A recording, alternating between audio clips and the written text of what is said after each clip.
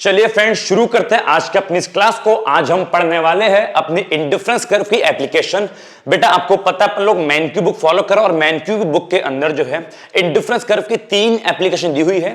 आज हम application number 1 की बात कर रहे हैं जो कि है do all the demand curve slopes downward, कि जितने भी डिमांड कर्व होते हैं क्या उनका स्लोप डाउनवर्ड होता है। पहले एक बात बताओ, नॉर्मली क्या होता है, जो डिमांड कर्व का जो स्लोप है, जो अपना डिमांड कर्व बनता है बच्चों, नॉर्मली ऐसे डाउनवर्ड ही बनता है, क्योंकि लॉ ऑफ डिमांड कहता है कि प्राइस बढ़ेगा डिमांड घटेगी, प्राइस घटेगा डिमांड बढ़ेगी, जिसकी वजह से आपका डिमांड कर्व जो है वो नॉर्मली डाउनवर्ड स्लोप का होता है। ऐसा किसने बोला? ऐसा जो है लॉ ऑफ डिमांड ने बोला कि अगर प्राइस बढ़ेगा लोग उससे कम खरीदेंगे, लोग उसकी डिमांड जो है कम करेंगे।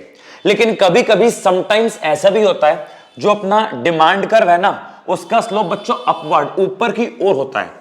हमेशा नहीं होता, लेकिन कुछ केस ऐसे हैं जहां पर अपन लोग लॉ ऑफ डिमांड को वायलेट करते हैं, जहां पे अपन लोग लॉ ऑफ डिमांड को फॉलो नहीं करते, जहां पे उसका अपोजिट होता है कि मतलब प्राइस भी बढ़ रहा है और डिमांड भी बढ़ रही है। जनरली से नहीं होता, लेकिन एक्सेप्शन केसेस जहां पे प्राइस भी बढ़ेगा और वहां पे जो है लॉ, वहां पे डिमांड भी बढ़ेगी, वहां पे पूरा लॉ ऑफ डिमांड का बच्चों वायलेशन होगा। ऐसा कब होता है बच्चों? ऐसा होता है गिवन गुड्स के केस में। तो पहले मैं बताऊंगा गिवन गुड्स क्या होता है और फिर इंडिफरेंस कर्व के थ्रू समझेंगे कि डिमांड कर्व का स्लोप अपवर्ड क्यों बनता है और कैसे बनता है। तो पहले एप्लीकेशन सुनो दोबारा। एप्लीकेशन बोलती है कि सभी डिमांड कर्व डाउनवर्ड होते हैं, तो जनरली नॉर्मली मोस्टली केस में डिमांड कर्व का स्लोप डाउनवर्ड होता है, but there are some exception cases जहां पे डिमांड कर्व का स्लोप डाउनवर्ड नहीं होता। गिवन गुड्स वाले केस में जो है डिमांड कर्व का स्लोप अपवर्ड बनता है। इट मींस प्राइस भी बढ़ेंगे और प्राइस के बढ़ने पे जो है डिमांड भी बढ़ेगी। अगर प्राइस घटेगी तो डिमांड घटेगी। There is positive relation in the case of गिवन गुड्स। तो आइए पहले अपन लोग समझते हैं कि गिवन गुड्स क्या होता है। ठीक है, तो अपन लोग समझेंगे कि गिवन गुड्स का मतलब है गिवन गुड्स होता क्या है। तो चलिए समझते हैं गिवन गुड्स क्या होता है। ठीक है, देखो बेटा, गिवन गुड्स वो होता है जहां पे प्राइस बढ़ेगा डिमांड बढ़ेगी, price come demand come. It means given goods एक ऐसी गुड्स है जहां पर प्राइस और डिमांड के बीच एक पॉजिटिव रिलेशन जो है देखने को मिलता है। लेकिन ये कैसे होता है तो पहले एग्जांपल से समझते, फिर मैं आपको उसकी रीडिंग करवा दूंगा। पहले एग्जांपल देखो जो बच्चों गिवन गुड्स है उस गिवन गुड्स की खोज सर रॉबर्ट गिफन ने की थी। सर रॉबर्ट गिफन एक इकोनॉमिस्ट है ब्रिटिश के, उन्होंने इसकी खोज करी और अपने ही नाम पर गिवन गुड्स को दे दिया। ठीक है, अब पहले सुनो गिवन गुड्स होती क्या है। गिवन गुड्स एक special kind of inferior goods है, एक ऐसी गुड्स जो इंफीरियर से भी इंफीरियर। देखो बेटा, एक होता है घटिया और एक होता है महाघटिया। तो जो वस्तु घटिया से भी घटिया हो, इंफीरियर से भी इंफीरियर, उसको बच्चों बोलते हैं गिवन गुड्स। बोलते ना कि एक होता है पागल, एक होता है महापागल। तो जो महापागल बेटा बोलता है गिवन गुड्स। तो गिवन गुड्स होती है वो घटिया से भी घटिया होती है। एक एग्जांपल के थ्रू करता हूं मैं क्लियर। ये एग्जांपल दिया था, बोलते हैं एक तरफ है मीट एक तरफ है ब्रेड। बोलते हैं इकोनॉमी में केवल 2 ही गुड्स मान लो खाने को है, एक तरफ है मीट एक तरफ ब्रेड। अब देखो मीट एक अच्छी क्वालिटी वाली गुड्स मानी जाती है, मीट महंगा मिलता है, उसमें अच्छा प्रोटीन है, उसमें है बहुत सारी अच्छी हेल्थ वाली बातें हैं। जबकि ब्रेड मीट के सामने बहुत छोटे लेवल की गुड्स है। एक तरफ मीट एक तरफ ब्रेड, के सामने मीट के सामने ब्रेड घटिया नहीं है, घटिया से भी घटिया बहुत लो क्वालिटी वाली गुड्स आ गई। तो अगर मीट हमारे लिए नॉर्मल गुड्स है तो ब्रेड इंफीरियर नहीं है, इंफीरियर घटिया से भी घटिया है। अब उन्होंने एग्जांपल लिया था बेटा वर्कर्स का। तो मान लो वर्कर्स है ब्रिटिश में, ठीक है, हम एज्यूम कर रहे हैं कि उनकी इनकम 100 रुपए और 100 रुपए कमाते हैं। ठीक, अब मेरी बात सुनो कि बेटा मान लो ब्रेड के प्राइस 10 रुपए है और मीट के प्राइस 50 रुपए तो हो गई। मीट महंगा मिलेगा क्योंकि भाई साहब जो मीट है और ब्रेड सस्ती मिलेगी। अब मेरी बात सुनो, जब कंज्यूमर की इनकम 100 रुपए थी तो भाई साहब जो है अभी अपना ब्रेड में ही कंज्यूम कर रहा है। बिकॉज देखो जो इंफीरियर ना, ये नॉर्मली एग्जांपल गरीबों के केस में लिया जाता है। इंफीरियर गुड्स का एग्जांपल नॉर्मली पुअर के केस में लिया जाता है।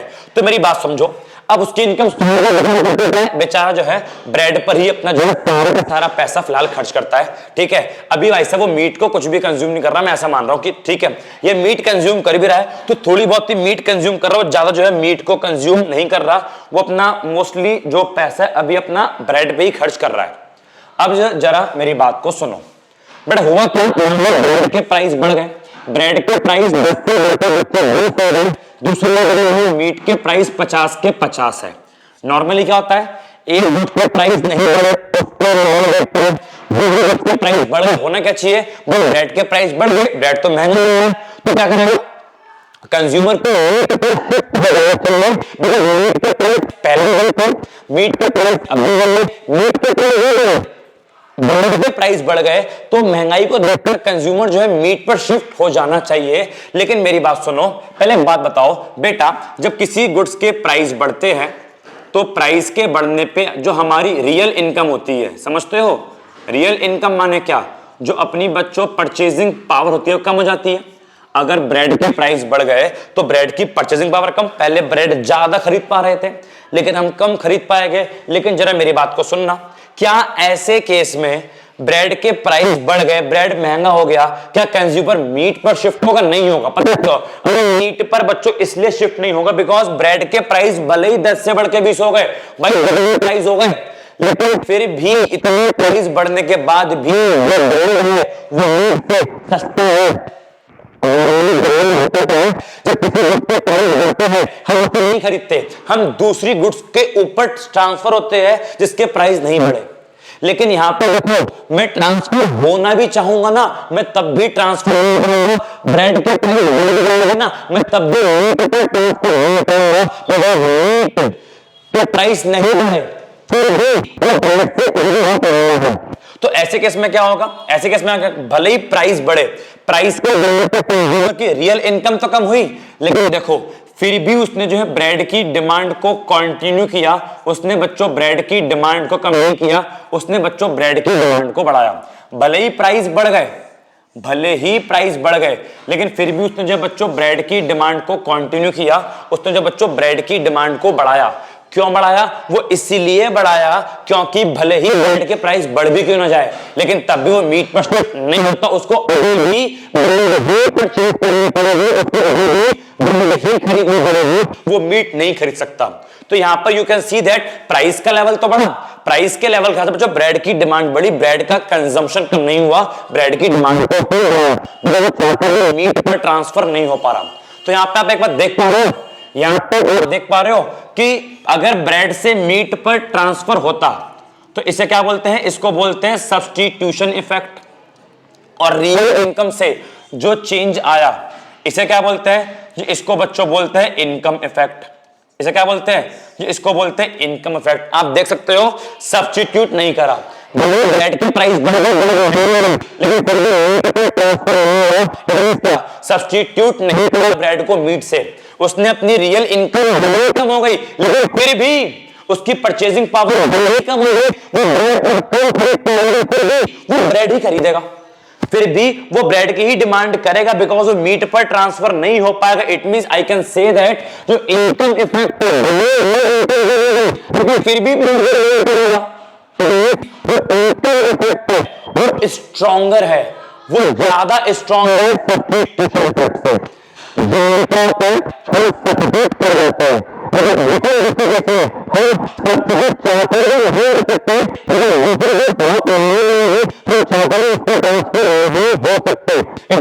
यहां पे तो सब्स्टिट्यूशन इफेक्ट जोर है और इनकम इफेक्ट बच्चों स्ट्रॉन्ग है। तो एक लाइन और बनती है, गिवन गुड्स वाले केस में हमेशा याद रखना income effect is stronger than substitution effect. और क्या है, प्राइस बढ़े ब्रेड के लेकिन फिर भी ब्रेड की डिमांड बढ़ी, ब्रेड के प्राइस बढ़े लेकिन फिर भी ब्रेड की डिमांड बढ़ी, हम क्योंकि मीट नहीं हो सकते ऑलरेडी महंगी हो रही है, वो समझ में आ गया। तो एक पॉजिटिव संबंध देखने को मिलेगा। इट मींस क्या, ये एक एक्सेप्शन है लॉ ऑफ डिमांड का, बिकॉज जनरली प्राइस की बढ़ने की डिमांड कम होनी चाहिए, बट यहां पे नहीं हुआ, प्राइस बढ़े डिमांड बढ़ी। होती क्या है और उनके बीच में पॉजिटिव संबंध क्यों होता है, और अगेन इनकम इफेक्ट स्ट्रांग होता है सब्स्टिट्यूशन इफेक्ट से। यहां पर रियल इनकम की बात को जबकि सब्स्टिट्यूट नहीं किया गया। ठीक है, अब एक बार आप जरा पढ़ोगे तो क्या लिखा है, ये बोलता है कि गिवन गुड्स बच्चों वो जहां पे क्या होता है, जहां पे पॉजिटिव प्राइस डिमांड होता है। अगर प्राइस बढ़ेगी डिमांड बढ़ेगी, अगर प्राइस घटेगी आपकी डिमांड घटेगी। ठीक है, गिवन गुड्स बच्चों एक special kind of inferior goods है। इट मींस क्या, ऐसी इंफीरियर जो घटिया से भी घटिया होती है उसे क्या बोलते हैं, गिवन गुड्स कहते हैं। इनके बीच जो पॉजिटिव संबंध है उसको फाइंड आउट किया था कब, 19वीं सेंचुरी में। ठीक है, फिर उन्होंने वही वाली बात, उन्होंने इसका रीजन दिया, इसका जो है कारण दिया, गिवन गुड्स को क्यों लाया गया वो बताया गया कि the reason for this is that these British worker consume a diet of mainly bread, and when the price of bread went up they were compelled to spend more on given quantity of bread। वही बोलता है कि British worker जो mainly अपनी diet के लिए bread करते, because उनके पास इतना पैसा नहीं होता था वो मीट को परचेज करे।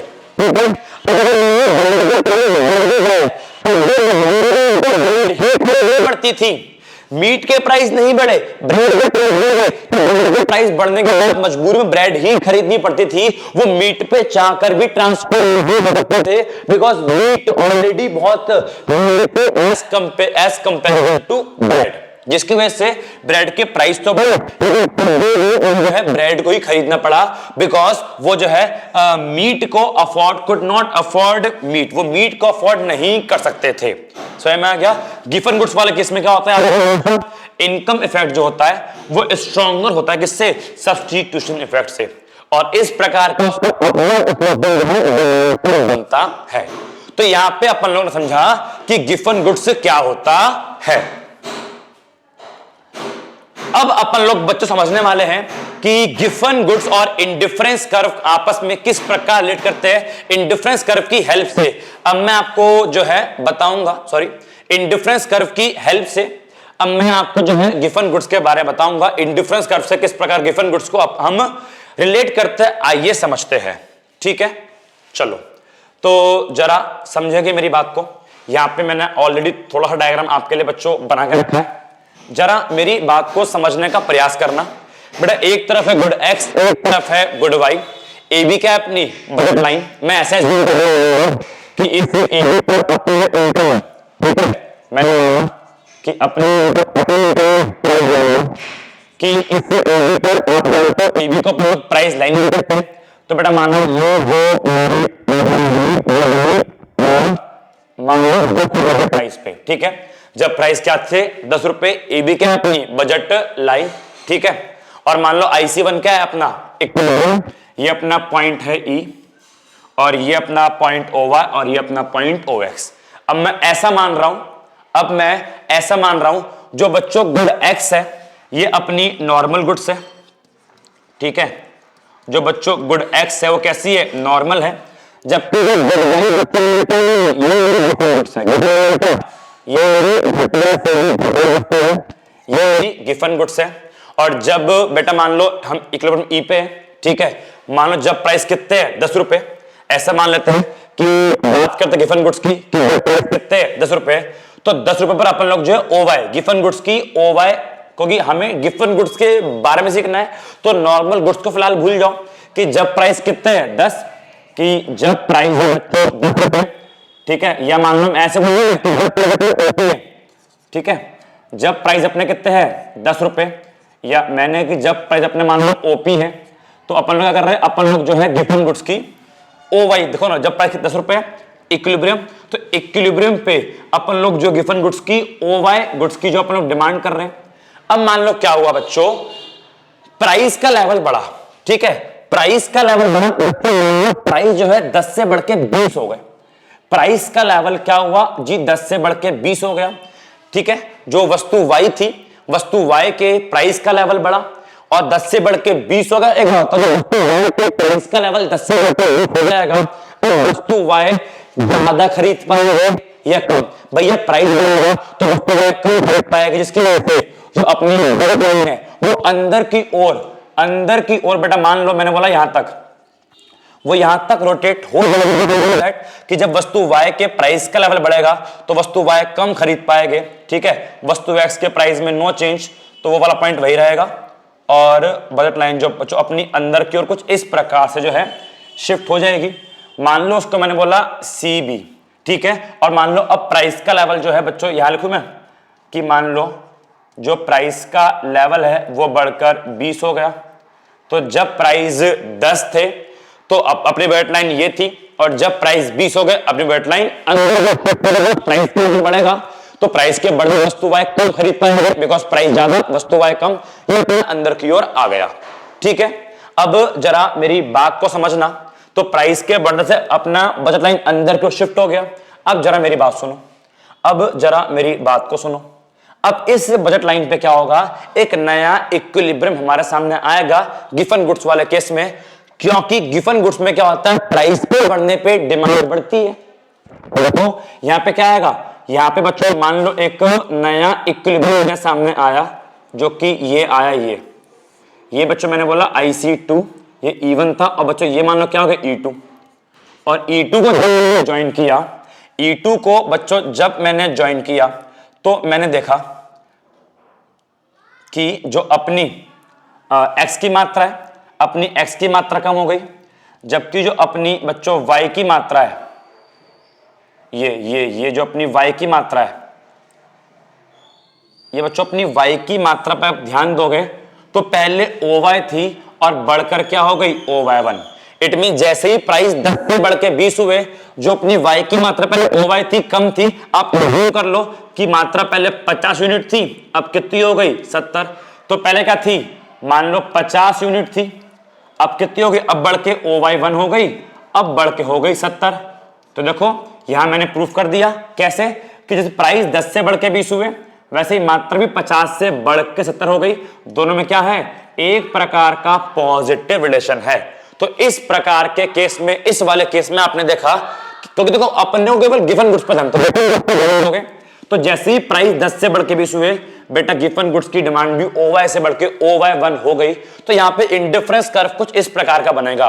और अगर मैं इसका डिमांड कर्व ड्राइव करने की बात करूं तो एक बात बताओ, जब प्राइस 10 थे, जब प्राइस क्या थे 10, तो जब प्राइस बच्चों 10 थे, मान लो कि जब प्राइस 10 थे तो 10 पर एक बात बताओ, आपकी OY की डिमांड जब 10 प्राइस थे तो गिवन गुड्स मतलब वस्तु Y, तो इस बजट लाइन पे इक्विलिब्रियम ये, तो इस पर आपकी OY की डिमांड कितनी थी, वस्तु Y की डिमांड थी OY मतलब 50 मान लो, तो प्राइस 10 और डिमांड कितनी थी 50। या आप इसको OY बोल सकते हो और आप इसको OP बोल सकते हो। जैसे ही प्राइस 10 से बढ़ के 20 हुए, OP थे, और बेटा मान लो ये बढ़कर क्या हो गए, OP1 हो गए। जैसे ही प्राइस 10 से बढ़कर 20 हुए, लो जी लो, तो पहले क्या था, प्राइस 10 और आपकी डिमांड 50, ये पॉइंट आ गया। जैसे ही प्राइस 10 से बढ़ के 20 हुए, ठीक है, OP1 हो गए। तो वैसे जैसे प्राइस बढ़े तो ये क्या, अब ये क्या है 20 रुपए, तो 20 रुपए पर अपना ये बना इक्विलिब्रियम। और इस पर आप नोटिस करोगे तो जो वस्तु Y की डिमांड OY थी, OY1 70 हो गई। तो प्राइस बढ़ के OP1 हुए, जो अपनी डिमांड है बढ़कर OY1 हो गई, 70 तक पहुंच गई, ये OY1 हो गई। तो OP1 पर आपकी डिमांड कितनी हो गई OY1। और जब आप इन दोनों पॉइंट्स को मिलाएंगे तो इन दोनों पॉइंट्स को मिला के जो डिमांड कर्व बनेगा बच्चों, उसका जो स्लोप होगा वो अपवर्ड स्लोप होगा, उसका स्लोप जाएगा ऊपर की ओर, और इसी को अपन लोग बोलेंगे बच्चों गिवन गुड्स का डिमांड कर्व। तो सभी डिमांड कर्व डाउनवर्ड नहीं होते, गिवन गुड्स वाले केस में जो डिमांड कर्व है वो अपवर्ड ऊपर की ओर भी होता है। होपफुली आपको जो है ये वाली एप्लीकेशन, ये वाली केस स्टडी एकदम अच्छे से समझ में आ गई होगी, डायग्राम भी आपको एकदम अच्छे से क्लियर हो गया होगा, ठीक है। तो बेटा आज के लिए इतना काफी है। नेक्स्ट क्लास में अपन लोग नेक्स्ट केस स्टडी लेके आएंगे, नेक्स्ट एप्लीकेशन लेके आएंगे, ठीक है। थैंक यू सो मच, मिलते हैं अपनी नेक्स्ट क्लास में, बाय बाय।